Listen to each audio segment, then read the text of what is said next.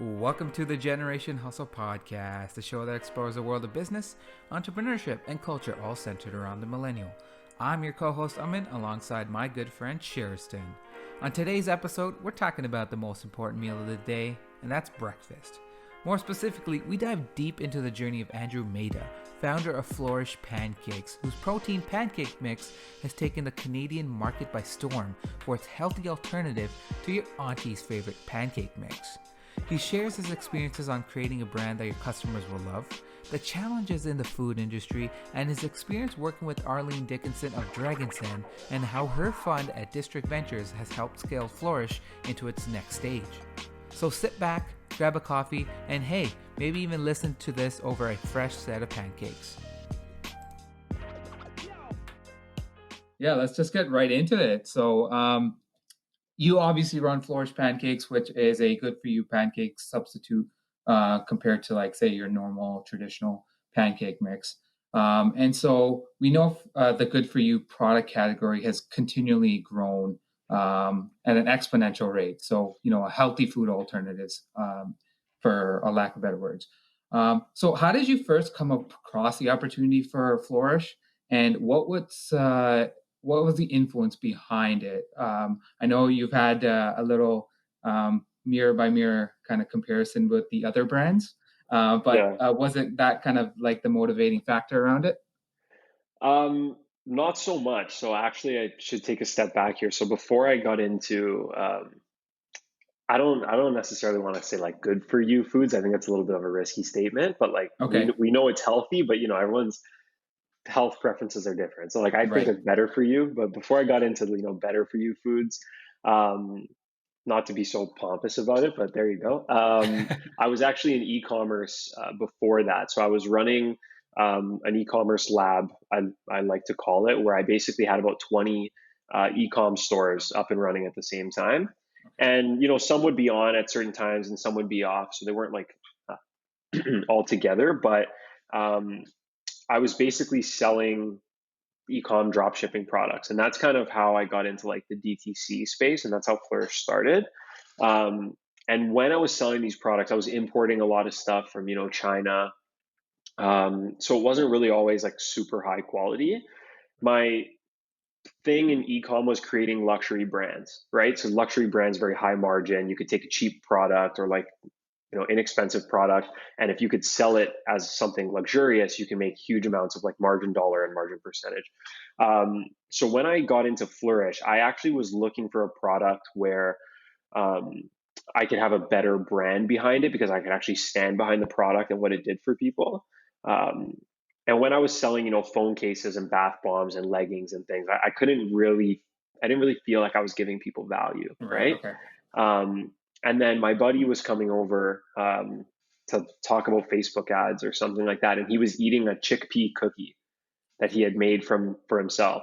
Um, so I thought, like, these crazy healthy people, they want something that is really easy to make, because no one's making these products for them. And I was pretty naive at the time. There's lots of great options out there, right? Like, but because ecom was so easy to kind of start up, I kind of figured, like, I'll just make this in a day and I'll launch an e-commerce store tomorrow, right? And it turned out to be a lot different. It was actually my brother and I were kind of like working on the product for a while. It took over a year and a half to actually get it to where we wanted it to be. And then we launched it online. So, kind of long story short, for me, the product served two purposes. First of all, it fixed my problem. Whereas, like, I couldn't cook, I couldn't make anything that was healthy for me. I was eating like out of Mhm. a wrapper from Tim Hortons drive-through, Right. Eggo waffles, all the bad stuff. Um, and it also kind of gave me this avenue to transition into like better products for people, caring about the consumer and actually being conscious about what's beyond that first purchase, right? So that's kind of how I got started, and here we are today. I feel like I've really found something that's like so purposeful for me, Yeah. that I love doing. No, that's awesome. I think it's a great way to, you use your e-commerce experience and kind of utilize some of the skills there, and from personal experience from your friends and stuff, you were able to kind of maybe think of an idea, Yeah. an opportunity, saying, hey, this is probably a product category that hasn't been, I guess, too exposed in Canada at least. And here, let's take a shot. So entrepreneurial as it gets. So that's awesome. One of the things I also want to ask about is how you came up with the name. We love hearing about the story behind the actual name. Yeah, so the name was another stubborn. I'm a very stubborn guy, or like I think I was more stubborn than I am now, but I wanted the name to be called Ulti Whey, like Okay. WHEY, like whey protein. And I was stuck on this name. Hmm. It was such a bad name because you could never be vegan, you could never kind of transition. Right. Yeah. And I actually ended up working out the name with an agency together. And we just kind of figured the name is really derived from the meaning of the product, or the meaning of the word, which is like to develop in a healthy or vigorous way, is kind of the first Flourish definition, right? Okay. And for me, that spoke to me because it's a breakfast product. So it's the first thing you had in the morning. It was healthy. I felt like I was also coming from kind of like a rocky situation and flourishing. So, that really stuck with me too. Um, and that's pretty much the basic where the name came from. Like, we want people to feel what the name means when they have the product and when they interact with the brand, right? Yeah. Yeah. And personally, this is how I saw it when I first saw it. So obviously you had pancake mix, but when I think of, Flourish. yeah, flour-ish, Yeah. Yeah. right? So it's not real Yeah. like, pancake mix. It's something Yeah. else. Yeah. Have you gotten that a I lot? get that all the time. Yeah. Yeah. I get Okay. that all the time. It's cool how Okay. that worked out. That's funny. Yeah. People Yeah. actually, they say that to me as if that's the name. And I'm like, no, it's an actual word. Yeah. Flourish. Um, but yeah, I knew that was coming. Okay. No, that's awesome. So let's talk about the actual benefits of the product itself. So from a high level, we know it's um, we obviously everyone can look at the comparison, but the average consumer also pays $3 for that other product, and so the leading pancake mix, I should say, and the price point where you obviously have is much higher, but um, there's obviously the inputs that go into it. Protein's much more expensive and stuff like that. So also, can you explain why you have a justified in terms of the premium that a consumer pays for your product? Yeah. So, um, first off, I think the industry thinks that people who are healthy have more disposable income, so they pay more for Hmm. products, right? Like the Yeah. grocery industry, I mean, thinks that. Um, we don't actually believe in that formula. We're not trying to like niche down into a healthy audience and then niche down into a high income healthy person, right? Like that Okay. just sounds like a recipe for disaster. So I could say, we're not overpricing the product. And when we actually started, the product was $12.99 per bag. And then as we started to scale and our Yeah. margins actually increased, they were just, Arlene is going to hate this if she ever hears this, but they were just like too healthy at a point. Yeah. They were too big, right? So we kind of just said, you know what, we can pass some value onto the consumer and we can maintain a really, really good above industry average margin, and bring the price down to $10.99. So my Yeah. goal is to actually continue to scale and gradually bring the price down as I Right. go. And I would love to be, $6.99, $4.99, so that Aunt Jemima doesn't need to exist anymore. There could just be healthy options. Yeah. Um, but yeah, like you said, the inputs are much more expensive, right? So I probably spend like just half of the protein that I put in my product is probably more than they pay for like an entire bag to make, Box. Yeah. to make their entire box of product. But really, people are buying it because it's a product that's also providing a service, right? So it's a utility. Hmm. When I have this, I feel full. When I have this, I know it's promoting gut health. When I have this, I know my kids, it's good for my kids, like bones and muscle strength, right? So people are not just buying a food product anymore. They're buying a brand and they're buying a service, basically. Right. And like you said, everyone knows the nutrition facts. I don't have to tell people that it's high protein and low sugar and high Yeah. fiber. But just to know that like our goal is to bring that price down and really, really be fair to the consumer. And I believe that's the winning recipe. If you can get taste, convenience, nutrition, and price, that's sort of like the four pillars of success, right? Right. So one thing I actually want to talk about there is with the economies of scale. Sure. For many entrepreneurs, they know that this concept exists, but in terms of actually applying and executing on it, it's totally different. So walk us through like your kind of maybe first day of production to obviously now, which you've kind of scaled. And we'll get into a bit of how you actually made your first batch. But in terms of economies of scale, how important is it for any kind of CPG or consumer food product to develop that? Yeah, it's the purchase power is everything, like anything else in the world, right? Because this is a margin-based business, and the margins are very small. So, and even when you're making like, let's say a 50% margin, you're netting like $2. Right. So you have $2 to run your business times X number of sales that you made, right? It's very, very thin in the food space. However, I think it's a very attractive industry for innovation. I think it's kind of like a tech style. There's a lot of VC here and things like that that can kind of carry you along the way. But I'll say that, when we first made the product, it was $7.58 just to make a bag. That's why it was Yeah. $12.99, right? Right. Yeah. Yeah. So it's come down significantly since then. Um, I would say like something that we still do to this day, and I talk to a lot of smaller food companies and bigger food companies about the same, is like you should always try to bundle what you can, right? So in this office that I'm in now, we have a warehouse in the back where we do all of our e-commerce fulfillment. Um, we have other brands where we actually ship their products out as well, because their volumes are going to add up with my volumes, going to give us better pricing, right? So it's not just always going to be your ingredients. Right. You can, share employees, you can share office space. Like these things are all going to help people along the way. So, unfortunately, I didn't really have a business that was a similar size as mine when I was starting out to kind of do the employee sharing. Right. But I do have a bunch of friends that are in the space that are, sharing a CFO or like outsourcing to an agency. So those things are all super important, and it's not always like your hard cogs that are driving the price up. Right. For sure. There's lots of room for efficiencies, basically, is what I'm trying to say. For sure. So let's get into like the actual food itself. So obviously we understand that selling a food product to the public is quite challenging because there's lots of options, and there's taste preferences and palates and all of that. So can you walk us through what the process was like for you in creating that first batch and the challenges that you faced as you kind of played around with that? Yeah, so I know nothing about cooking or making food products. Like I still don't really know, and I don't have the best palate.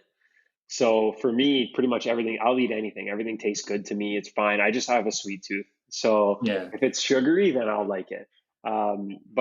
So for me, it was hard to do the R&D because I was always pretty satisfied, I think, with everything that we had. Right. And at one point, Flourish was actually green, because we would add kale, and my brother knew, like I was living on my own at the time, so I was Right. very Right. unhealthy, and my brother knew that I was eating like crap, so Right. he was putting in whatever he could into the recipe, and I loved it. Uh-huh. I let my girlfriend try the chocolate peanut butter, which was a flavor that we had before we launched, and she said like, "There's rancid peanuts in here. Like I can taste it. It tastes horrible." I didn't Yeah. even notice. I was just eating this stuff, man. I was like, Yeah. "Here, I'm full. I love it." So it's tough. Like I think you need to have a group of people that can really tell you the truth. For me, my girlfriend's always the one that tells me like this tastes like crap. Everyone else seems to just lie to me for some reason and tell me that it's good. Yeah. Especially like now, especially I don't know why, but it's just iteration after iteration after iteration. And I think that like testing a food product can parlay into a bunch of other things that you have to test. It's like take one small piece out and try it again. And it's like you got to be willing to just keep taking cracks at it, basically. But I would say it took us, like I said earlier, about a year and a half just to come up with a final recipe. Right. And Tristan, we can relate that back to our friends at Light, the vodka. Oh, I'm yeah. not sure if you heard. Yeah, Andrew. So they were talking about how long they were just making mixes in their basement for the longest time. Yeah. And some of them had their own biases towards what tastes better versus what not. And so they would obviously ask, their friends and stuff for their real unbiased opinion. And they'll get like, this is like absolute shit. Yeah.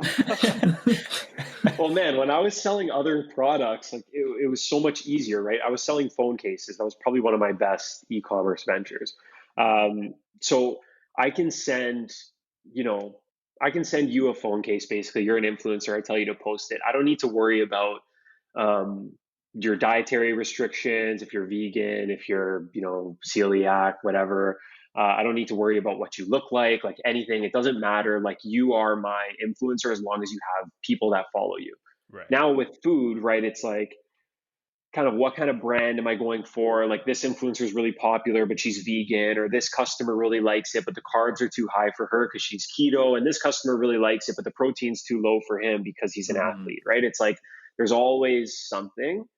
But I think at the same time, like, you do need to niche into what your customer wants. You can't always offer, everything to everyone. Right. And that's what makes it so hard, right? Because even now to this day, like, I'm still learning so much about the food space. So I think that's one of the reasons why it's a very, very tough industry.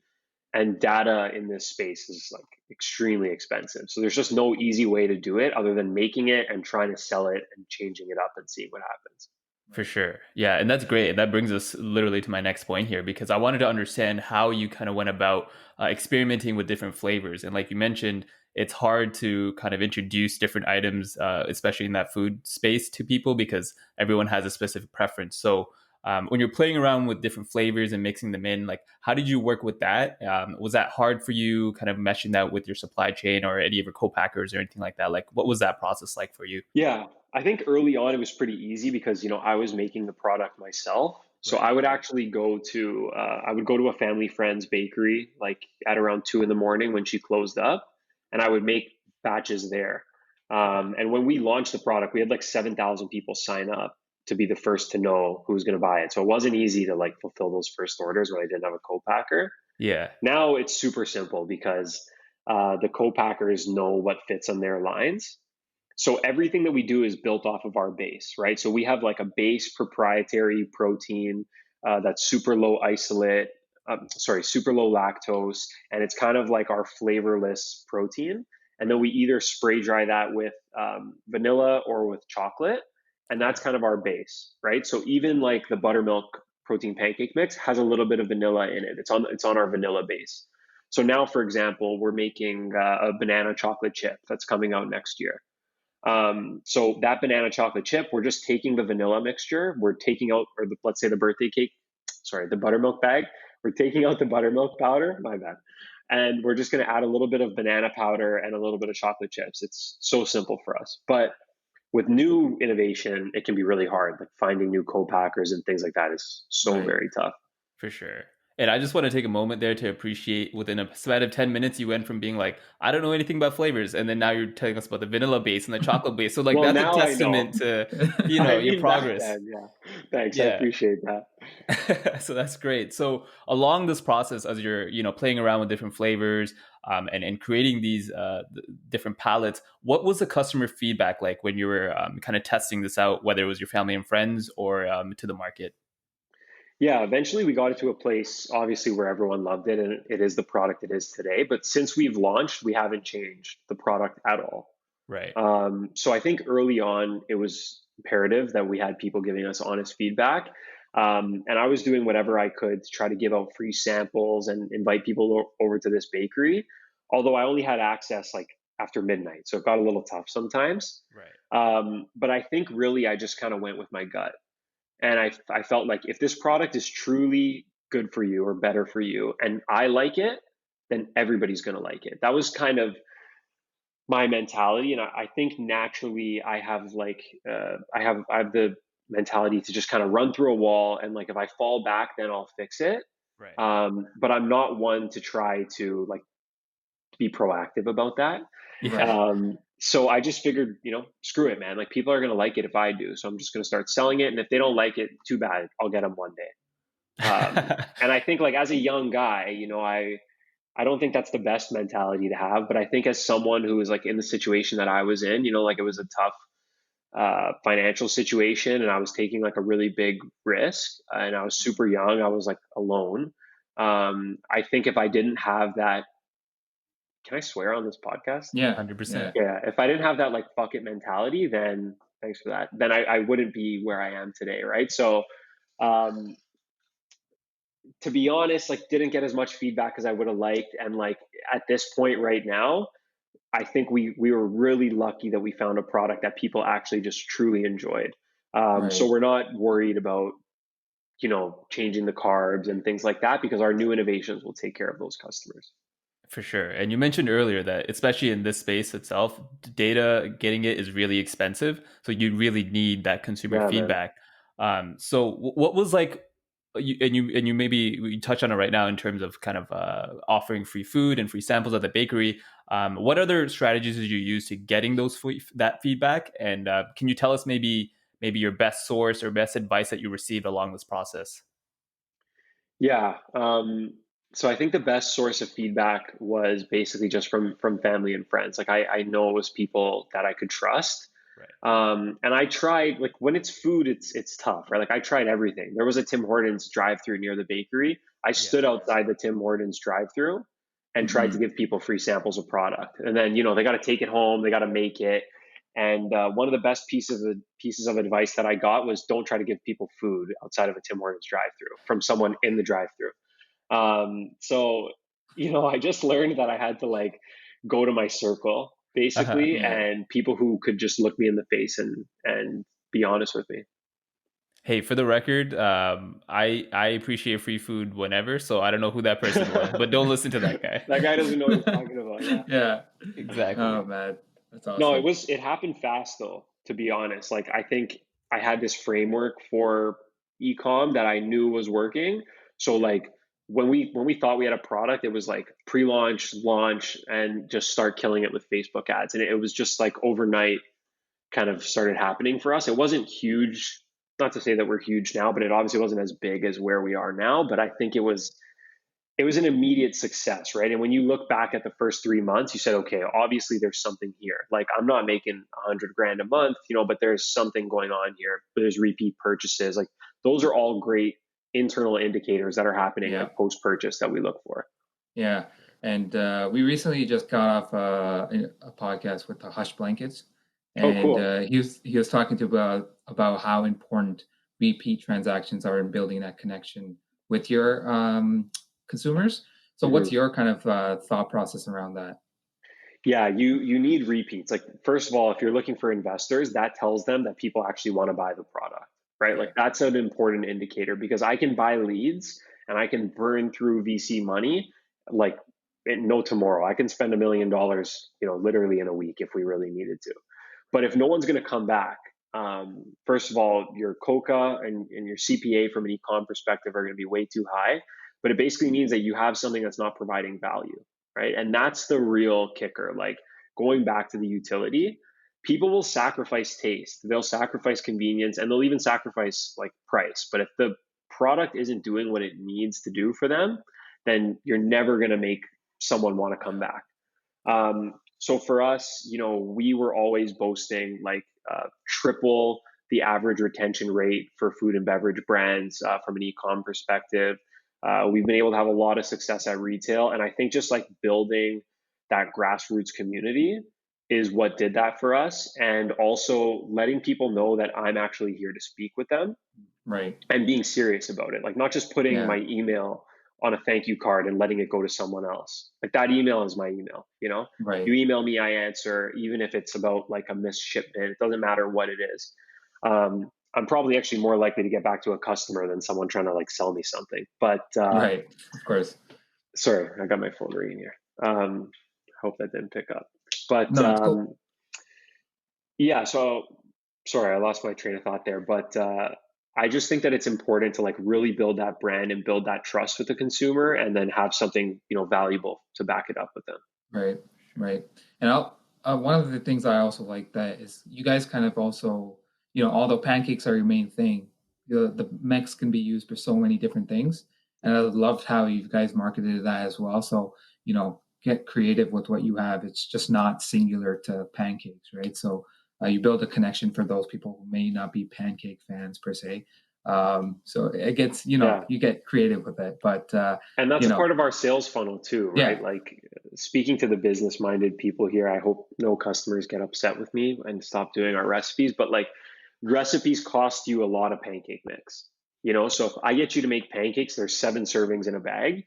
If yeah, I can get you to make muffins, there's probably 2 servings in a bag, like 2 trays of muffins, right? So when you're buying, like for us, you got to buy 4 bags to get free shipping. That's a lot of pancakes. and I need you to come back every 30 days, right? So I want to get that monthly repeat purchase rate, or like at most every 60 days, Right. somewhere in between there. And how we do that is with recipes, right? So cinnamon rolls and chicken and waffles and all these things, especially like muffins and just some of the crazy desserts that we have, like the cookies, that really gets you to kind of like burn through your product.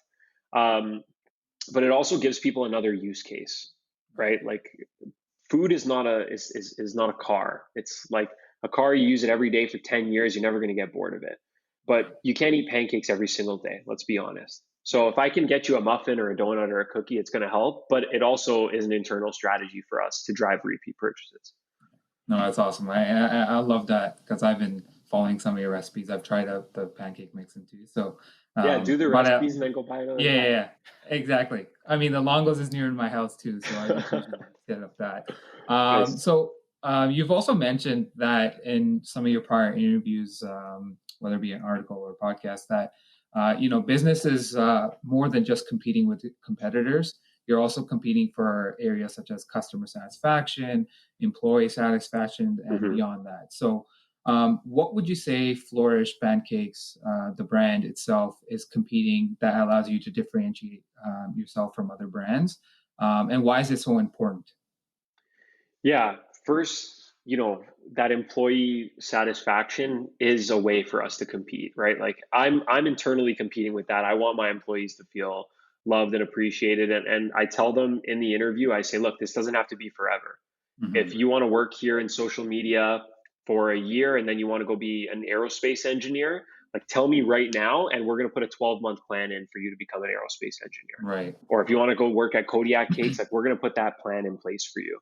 And what that does is it actually allows me to build a team of people I can trust, which helps the brand. And those employees have nothing bad to say about the brand, which helps in their inner circles. Um, I think where we compete with other competitors, I guess you'd call them, outside of the nutrition facts, was first on packaging. So a lot of my competitors will have pancakes on their package, or they'll be in a very old home style looking box. We didn't want to be that home style pancake mix. Right. And for me, putting no picture of pancakes on the bag itself was like a huge FU to the industry, because that's Right. what every food product is doing. And I said, people are going to know what Flourish is. They don't need to see what's going to be on the bag because they're going to go to the store for my brand. They're not going to find me in the pancake section, right? Mhm. So that was one thing. I think like having a modern design, but also having that modern kind of brand voice where we can, get on an Instagram story and swear, or, show up to a customer's house, walk inside and make them pancakes, which is like something I've done in the past. Wow. Yeah. So I think super high level, like moving away from the nutrition facts, it's all about appreciating the people who are around you, whether that's the customer or whether that's, your employee or your shareholders. I think for us, me personally, that's my biggest value add, I think. And that's where, that's our area of most concern.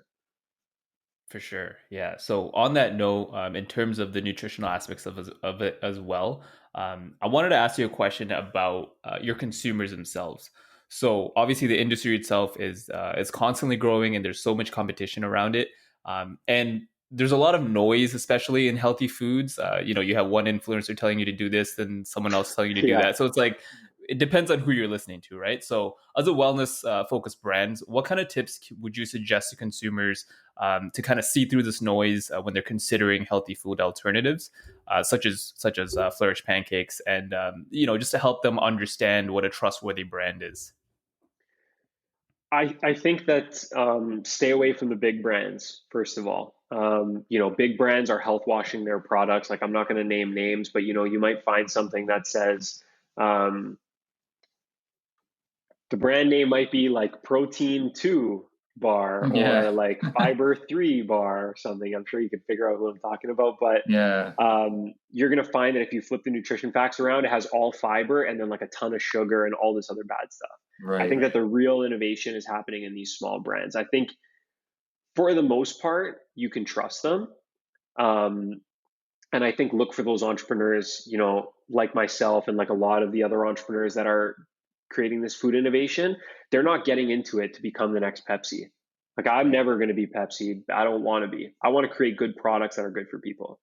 But I'm not a nutritionist, so I think the way that I look at health is like I want to balance having plant-based diet and I want to balance having meat. But I think that, like I have a lot of dietary problems, as like a lot of people do. Things they eat make them sick. They can't figure out what it is. And I think you should just try everything.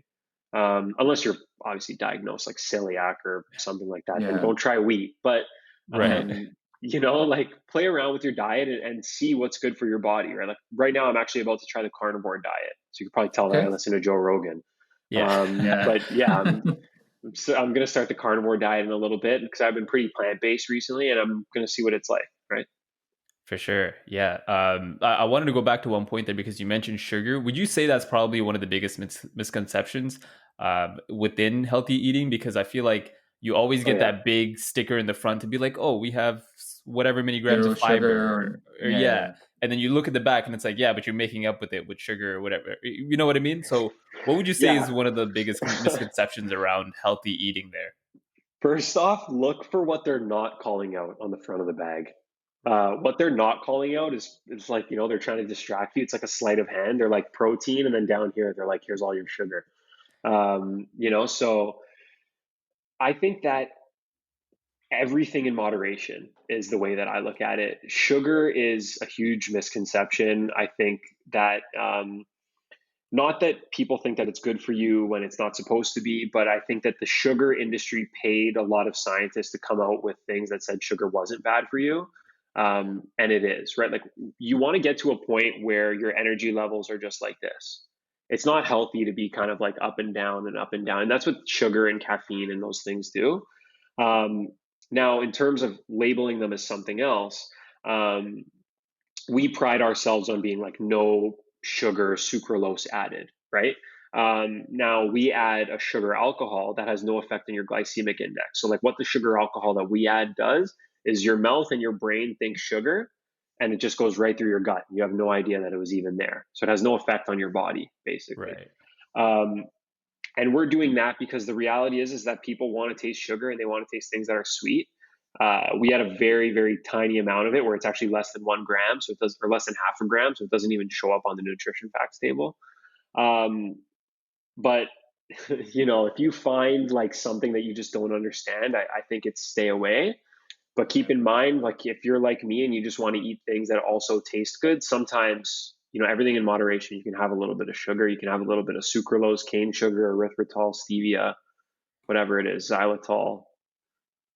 Yeah, for sure. That's a great point because I remember even as a kid, I remember this vividly for some reason. I was looking at like a cereal box and it was like, All right. no artificial flavors. And in my head, I was like, shouldn't there never be artificial? And so I was like, what am I missing and all this other stuff? So it's Yeah. good. That was a great point on kind of what we should be paying attention to. Yeah. Usually, if you look at any like ingredient list and you can't read that shit, Yeah. don't buy it. Don't buy it. So Yeah. it'll be like natural whatever, and then it'll be like 5 different ingredients that I can't even pronounce. Yeah. Yeah, you want to stay away from natural flavors or like spices and things like that. But honestly, in Canada, it's really hard to like mislabel products. In the US, you can say anything to a certain extent, right? Yeah. Now, another thing that brands do though is they'll actually accrue a part of their revenue for when they get sued for things. So, Oh, okay. like, did you hear about the ginger ale guy who sued ginger ale for thinking ginger ale was healthy? It's healthy. Yeah. Heard of that. Like, Yeah. do you think that they didn't know that there wasn't ginger in their product? Like, made with real ginger. The ginger ale guys didn't know. They were just like, oh shit, no one told us they were stopped putting ginger in 10 years ago. Like, come on, man. So, they know these things are coming down the pipeline, but they also know that they're going to make so much more money if it says made with real ginger. And I think that people take that hit, and it's because us as humans, like we just want to gravitate towards like that sort of like bias that we have where it's, I think this is good. This person's telling me it's good. So obviously it's good, Yeah. right? Right. Without actually thinking. So all you need to hear is no added sugar, high protein. And you're like, give me that stuff. Yeah. I should just become a hunter or something. Just live off Live off the budget, something land, like that. Yeah, sustenance or I've been, whatever. you know, it's funny. Ever since I've watched Joe Rogan too, I don't Subsistence, know. sorry, not Yeah, sustenance. I've been watching Meat Eater, the Steve Ranella show. Oh yeah, And I don't know why it's Joe Rogan always does this to me. I always research the shit that he always says or talks about, yeah. and then I just been hooked onto that show. I'm just like, you know what? Like that's at least it's organic, right? But that we won't get into that topic. That's Man, try some other stuff. carnivore with me. Yeah. Oh yeah. Well, Email I me. We'll mean, go on a I, carnivore diet. I don't mind. I mean, I'm a meat eater too, so I have no problems there. So who knows? I'll probably lose a few pounds. I need to. I have like Need no to. dietary restrictions, man. It's just like whatever. It's if it's in front of me, I'm gonna eat it. I've It been goes, blessed right? with like a fast metabolism. Yeah. So Yeah. even though I've tried to look like Arnold Schwarzenegger, you know, I've had issues, but at least it doesn't like stay anywhere else. So That's Oh, fair. that's awesome, man. So I want to actually move into one of your investors, Arlene Dickinson and District Ventures, sure, yeah. who obviously focuses on both innovative food and health products. So what about the team at District made them the right partner for you to help your business scale? Yeah, so first off, you know, I was flabbergasted when I even heard that like Arlene remotely knew who I was, even if it was like her person finding businesses for her. I Yeah, think that it was like yeah, there was a lot of shell shock there, and I think in Canada she carries a lot of status, which was cool. right? Um, I think that earlier on, you know, I've changed a lot as I've been an entrepreneur, and I think like I've changed even more as I've been a good entrepreneur. I think when I was a bad entrepreneur, I was not changing. But I think that like when I started, you know, I kind of wore that as a badge of honor, right? And for me, it was a huge ego thing, to be honest with Mhm. you. I know this probably isn't the district answer that they want to hear. So like, guys, I love you, and I'm sorry. But to give them the truth, you know, I was like, first off, I was selling shares to people. And I was never going to get the value that district was going to offer. Like I was selling to high net worth individuals. Yeah. You know, they didn't know anything about the food space. They weren't going to, you know, put a CFO into my business. They weren't going to introduce me to Sobeys or the biggest and best distributors and brokers and have this marketing agency and have like an unlimited amount of money at the same time. Yeah. So Arlene was kind of like a one-stop shop, you know, like you're like, I drink from this well and it just, the water keeps coming back. If you're good, right? Like if you can grow out of her accelerator program, she's there for all her brands, but I mean like she follows up with capital and she's serious about it. Like it's $1 million Yeah. or move on or more. Um, but I think like in the beginning, everything to me was vanity. And I don't care about that stuff as much as I did before. But it was like I was walking around with like a little Arlene tattoo over here. I had like my store count up here. I had my distributor over here. You know, I was like, I just had like tattoos everywhere of all these like stupid, vain accomplishments of the business, like monthly revenues, gross margins, all Hmm. over my face. So it was just like, yeah, mom, I'm working with Arlene Dickinson. Yeah, bro, I'm working with Arlene Dickinson. Like, hey, how's your business going? Me? Yeah, working with Arlene Dickinson. You know how it is, whatever, man. Yeah. So, but I think that changed a lot. And I think what other entrepreneurs see in her is just like somebody who really actually gets what you're going through. And Right. she puts her team through that process too. Like, you know, she has some of the best and the brightest in marketing, some of the best and the brightest in finance, in operations and sales and things like that. And it's just, they are there to um, be partners with us. And I think, like, let's look at the agency for a second. She might hate that I say this too, but, um, you know, like sometimes when you're a little client, you think like, oh, I'm the little guy and I'm funding the big guy, right? Like Yeah. we're 80/20. They're 80% of the business and they're giving us 20% of their time to like focus on this larger client, Right. let's say Right. like a broker or something. With Right. Arlene's agency, I don't think she's doing this, but it feels the opposite.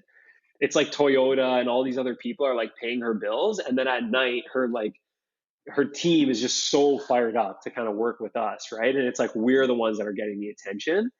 And I think that feels good because when you're small, you're always trying to prove yourself, right? Like, you know, Canada Post, I could be a good client in a couple months and things like that. You're always trying Yeah. to bargain. With her, it was just like, I believe in you up front.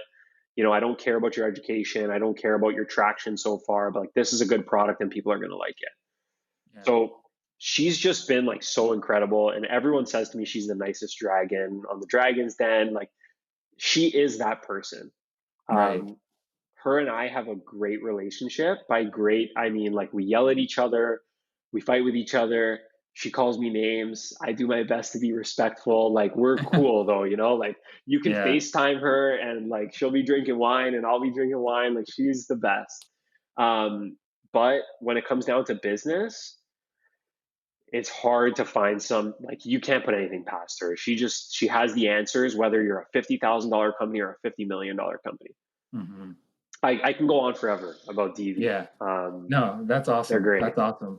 I mean, that's so great to hear. And the fact that, I feel like at least in Canada, we need to spur more innovation, and obviously focusing on Yeah, the man. smaller guys really helps, right? So if you're just like funneling the big guys, the thing is with big guys, they don't really care about innovation. They're just steady state usually. Yeah. And like you mentioned earlier, like smaller brands are the ones that innovate, but obviously require a lot more capital to scale and grow.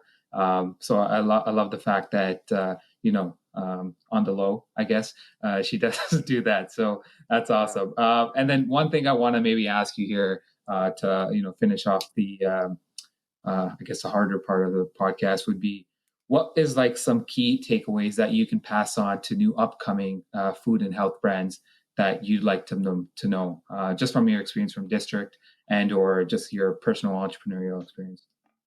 If you're fundraising, then raise more than you need before you need it. You always want to be in a position where you can like walk away. And shareholders don't like to take advantage of you, so they don't want to see you coming to them when you're broke.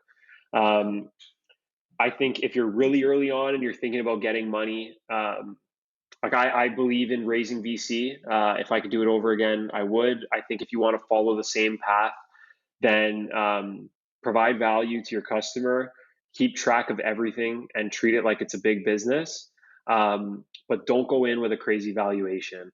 Like, don't sell yourself short, but you want to get someone who's a real partner and you want to get them in the door. You kind of have to offer something too, because this is like the worst lottery ticket they could ever buy. No, real. Yeah. So, and I just think that like on an entrepreneurial level, you have to love it. And I think you have to keep pushing the limits every single day. Like, if you're not getting up and grinding, even if you don't know what's next, you got to move past that, get past that wall. So stay in touch with mentors. Like, if any food company is listening or any young entrepreneurs listening and they want to reach out to me, Andrew at flourishpancakes.com. You can always, hit me up. I have a lot of friends in the space that would love to mentor as well. So just keep at it. There's my 4 fortune cookies in one. That's awesome. That's the best amazing. I can do. Yeah. I love it. Providing value back. We hope people reach out to you from that. So that's great. Yeah, actually reach out to me though. Like, that's like, sometimes people think that people just say that to be nice, but like, yeah. I trust me, there's no point in me saying it to be nice. I'd love to help. So, and I often learn things from like smaller brands, man. Like, they're doing things that you don't actually think to do. So, hey, maybe I'll steal your ideas. Hit me up. Yeah.